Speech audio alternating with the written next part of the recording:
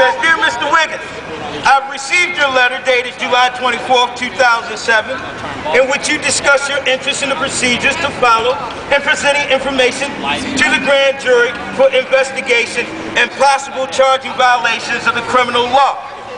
You are correct in recognizing that in Maryland, citizens have a common law right to approach the grand jury to make complaints against public official corruption." Shall I read that again? You are correct in recognizing that in Maryland, citizens have a common law right to approach a grand jury to make complaints. The law in this regard is set forth in Brack v. Wells, 184 Maryland, 86, a case from 1944, which you cite is clear, straightforward, and sufficiently detailed. Now, I don't make things up. This is a letter from the Chief Judge detailing that you, the public, have a right to make criminal complaints before the grand jury against police officers, against the mayors. If you have evidence of their criminal malfeasance and criminal wrongdoing, you have a right to take these criminals in these courthouses before the grand jury. This is the letter. Anybody want to read it? You come over here. We've got to be women, and we've got to say hell no. Got to man up and say we had enough. At some point, we got to tell Grant Bernstein to stop being biased and start prosecuting on cases in relationship to black and brown and poor people, and stop attempting to allow for folk up in Northwest Baltimore to dictate justice. We've had enough. Enough is enough. Enough is enough. Every person in the sound of my voice is due respect and their due dignity and their due justice. But the problem is that in Baltimore, justice is essentially deprived, and we sit up on our butts and we do nothing. Unless you got some money, y'all. You got some money, you can go free on. We live in a classless city. And if you are an average, everyday, hardworking individual, you can't afford the type of legal defense that these big politicians can afford, the big developers can afford, the corporations can afford, and so therefore you're deprived of justice. Due process and equal protection, y'all.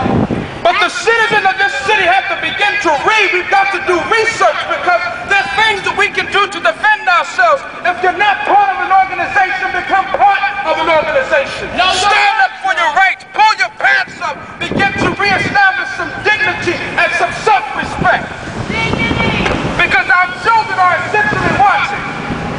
And the things that we fail to address today, our children will inherit tomorrow. And they'll look at us and they'll say, "Mama," and they'll say, "Daddy, why in the hell did you take a stand?"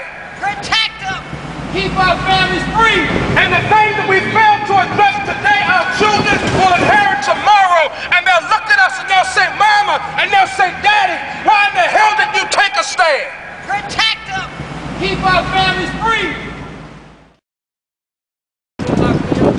Sheriffs, when you do not uphold your duty and protect the public interest, you are failing innocent victims. When people are exposed to injustice, you are part of the checks and balances. When you do not do your duty, you are allowing a fraud to take place against the public. When you know that there's a collective group of lawyers and judges abusing the public, and you do nothing, it is a crime against the people, it is a crime against the United States. When you violate your oath, it is fraud upon the Constitution. Research this. Understand the implications of your actions.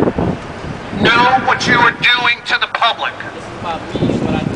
Fraud upon the Constitution, you all took an oath.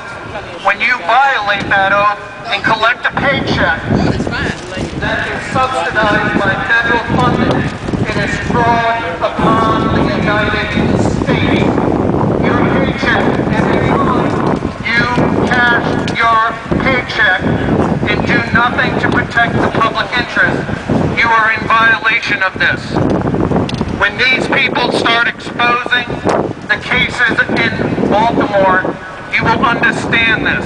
When we gain access to the grand jury, which is currently being denied, you know that we have the right to access the grand jury.